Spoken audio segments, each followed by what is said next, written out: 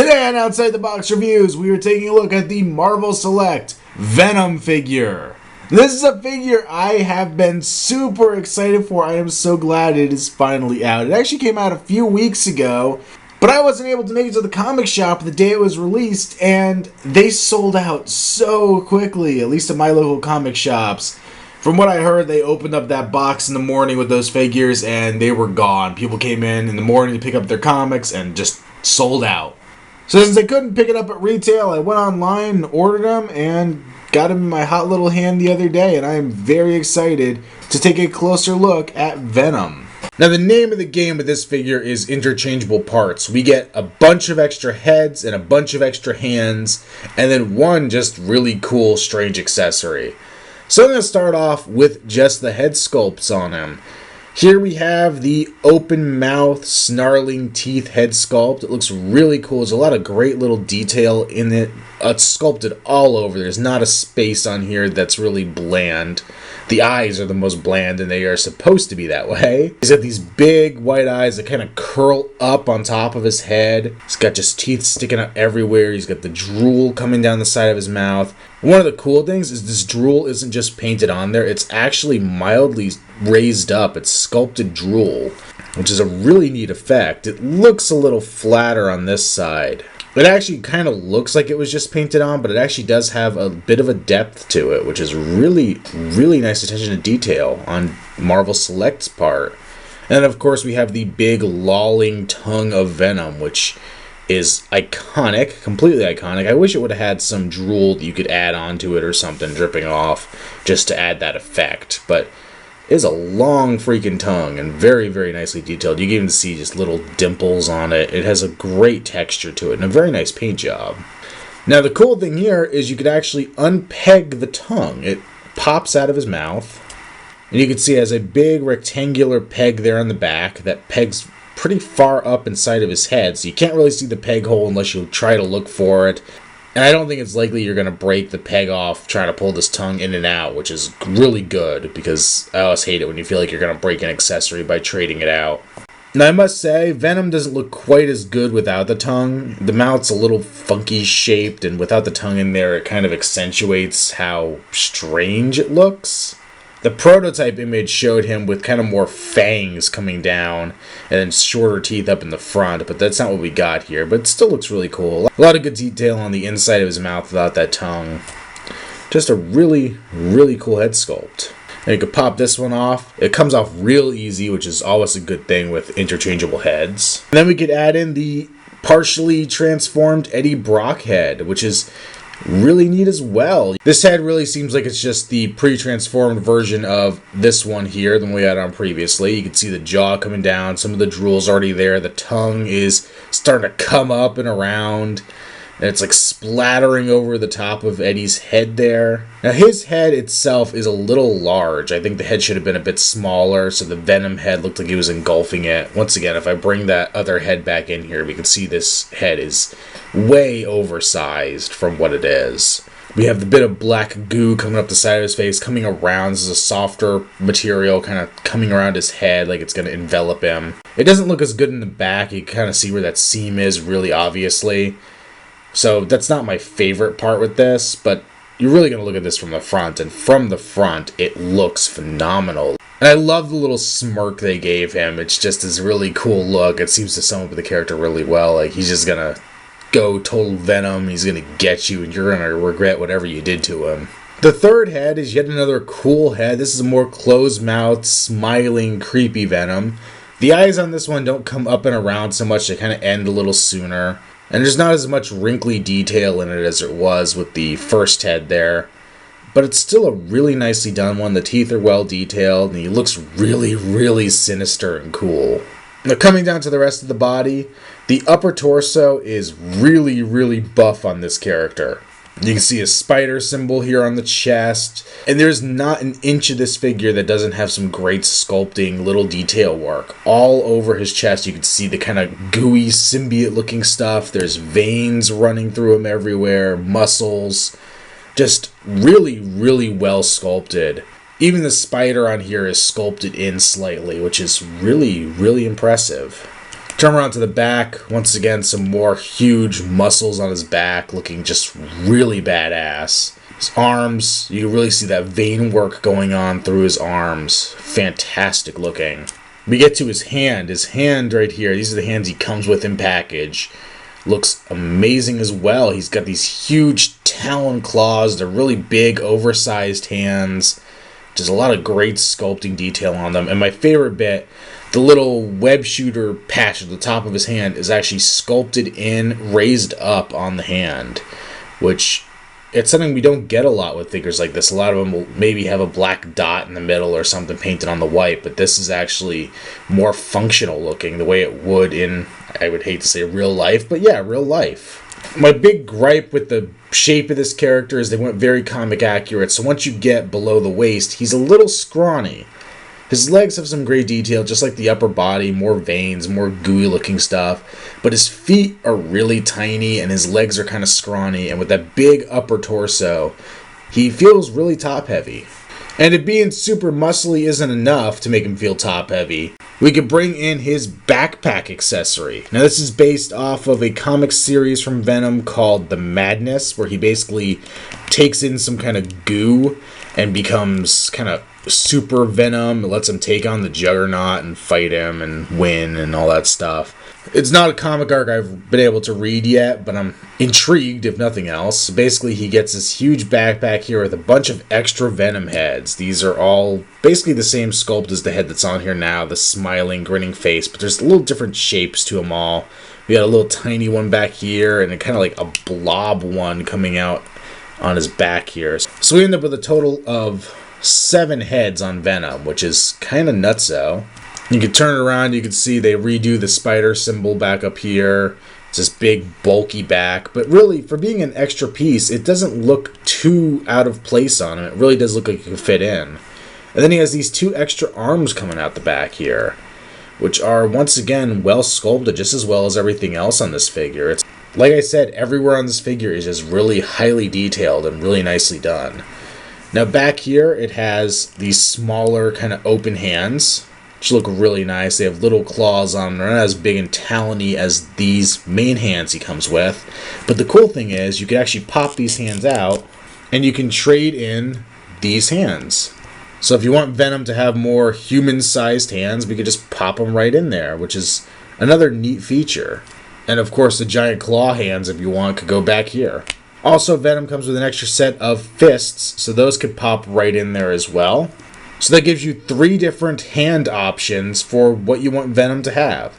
And the one gripe I have with this is a bit of confusion, because in the package he has the big monster hands on. And then you have the open hands on the backpack, and the fists are separately packed.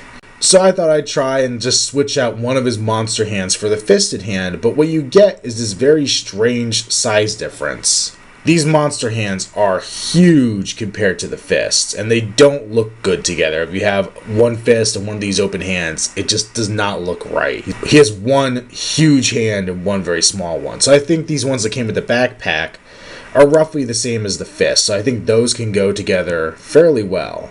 I may end up doing hands like these and then putting the monster claws back here on the backpack. But wait, there's more. Venom comes with 2 extra little arms that you can take and peg into the side of his forearms. So now he has his 2 main arms, 2 little tiny arms coming out of his forearms, and the 2 big arms in the back. So this is a really multi-limbed, multi-headed, crazy Venom. Now these hands do pop off as well, but they're too small to really look right if you switch them out with the main hands, so I wouldn't recommend doing that. Also, I feel like if you take off the backpack, just having these 2 extra hands kind of look weird, so you almost need the backpack on for these hands to look aesthetically pleasing, at least in my opinion. But still, yet another crazy feature for this figure. And the plus side is, when you take him out, that hole isn't really all that noticeable because it is a black figure. So at least I don't feel like it really detracts too much from the sculpt if you're not using it at the time, which is always a plus. You hate to have holes in your figure for no good reason if you're not using them. For articulation, with that backpack on, Venom has ridiculous amounts of articulation. The main head has a great ball joint. You can go up a decent amount, you can go down, you can go side to side, tilts, all the good stuff you'd expect. It's a very nice solid ball joint on there. And then 4 of these heads also have a ball joint. You can rotate them a little bit up and down. These are much more hindered. But it's really cool that you get that kind of articulation out of what is pretty much a little add-on accessory. Now this is just cool because they didn't really have to do that. It could have been a solid sculpted piece and I don't think anybody would have really complained about it. But having that articulation is phenomenal, especially when you go turn Venom's head to look somewhere. You can turn all the little heads with it and just have everybody looking one way, or you can go, looking off in different directions if you had Venom surrounded by enemies or something. His main bicep joints can go out to the side. It's a very tight joint, but it will go out. It will swivel back and forth. Cut joint at the bicep. Single joint at the elbow, but a good range of articulation there. Swivel joint at the hand. Your extra hand on top gets a little swivel joint in the wrist. You can theoretically rotate it where it pegs in, but it's really sculpted to sit in one direction only, so you really can't use that as an articulation point. Here on the back, both of these arms come in with a swivel joint connecting to the back. I thought it was going to be a ball joint, but no such luck. Single hinge at the elbow with a really good range, and of course rotation at the wrist. Venom has a ab crunch joint here that doesn't really do much. He goes a little forward and back. You go a little side to side. You can kind of rotate it. It just isn't really that good of a joint that it really could have been done away with. Swivel at the waist, which is nice except for the fact that it breaks up the sculpt on this spider on his chest. You'll break the bottom really quickly. And he's shaped in such a way that once you turn him even a little bit, it really messes with the way the sculpt looks on him, which is disappointing. The hip joints are the same as we got on the Marvel Select Hulk, which I love. You can go forward and back and go out to the side on a separate joint. Very DC Universe style, but I do dig it. Swivel at the mid-upper leg. Single jointed knee, but a really good bend. And then a bend at the ankle. Now, I hate to be the jerk that complains about articulation. This thing has over 30 articulated points. It's amazing. Don't get me wrong.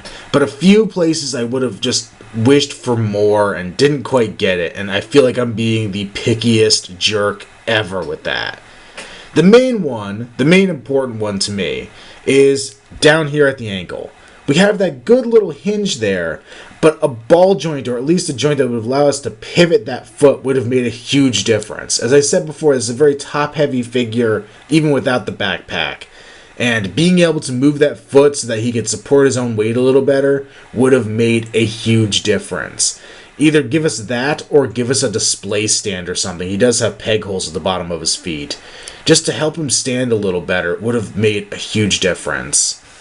And the other one that's just really, I really wish it would have been there, is I wish we could have gotten a hinge joint or a ball joint on the hands to allow them to move more than just swiveling side to side. That's a very minor thing. And it's probably asking way too much, but it would have really added to the figure, and I would have really dug something like that. Overall, I have to say, the Marvel Select Venom is pretty damn close to being a perfect figure, in my opinion. You get 3 real heads, 4 different looks for the head if you count removing the tongue. You get that cool Madness backpack going on. So much articulation. My only real gripe of this figure, like I said, is the top heaviness, the needing to stand a little better, which could have been fixed through a little better foot articulation or through a display stand coming with them. Even a basic, simple black stand that would have gone under one foot would have made a huge difference with this guy. We didn't get it, but we got so much that I really feel like I can't fault Marvel Select for not giving us everything. This thing is the highest of recommends from me. If you remember my top 10 2012 figures list, the Marvel Select Hulk was at the very, very top of it because he was an impressive piece. That figure was great value for money. I felt like you got a ton of figure for not a huge price tag. And if I felt that way about Hulk, I feel that way hugely about this Venom. You get so much articulation, so much good sculpting detail, good paint apps, more accessories than you know what to do with. You could honestly go and buy several of these and have them all displayed different ways, and you could probably justify it. I love this partially masked Eddie Brock head here, but The other two heads are so cool, I'm probably never going to display it with this one. And that makes me sad. I wish I could justify having 3 or 4 of them just to display them in all the cool ways you can have. But I mean, that's a lot of Venom. And from someone who has a lot of Predators, I guess it's kind of hypocritical, but that's a lot of Venom.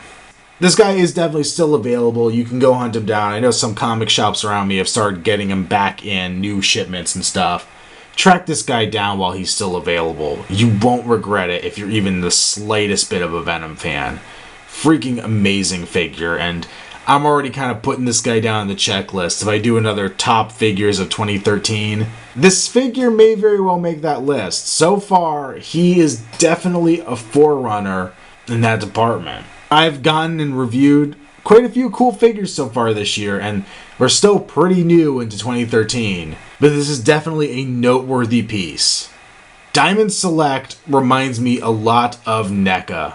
Both are companies that at one point I completely ignored because they lacked articulation. They had great sculpting detail, but without the articulation, they were basically statues, and I wanted nothing to do with it. And I've talked a lot on this show about how NECA has stepped up their game so much over the years. And I gotta say, Diamond Select, Marvel Select, whatever you want to call it, have done the same thing. The added articulation they're doing on these figures, the amount of detail they're cramming into these figures, it's mind-blowing, it is impressive, and I so appreciate when toy companies obviously put in the work and the passion and the effort necessary to make great action figures and not just something that they're going to sell and just kind of be like, yeah, here it is, take it or leave it. Yeah, I'm looking at you, Hasbro. I know I've harped on Hasbro a lot lately, but I have to get the one last jab in here. When you have figures that are going to a mass market outlet where they are so easy to come by and so easy for everybody to buy, granted, yes, you are making a lot more of them, but you claim you're not doing enough business that you have to start cutting all these corners with the figures and stop putting in display stands and stop giving them the articulation they're supposed to have. But then you look at Marvel Select and they're a much smaller entity and they're not selling nearly as many figures and they're giving us all the accessories, they're giving us all the articulation. It's very impressive and I love them for it.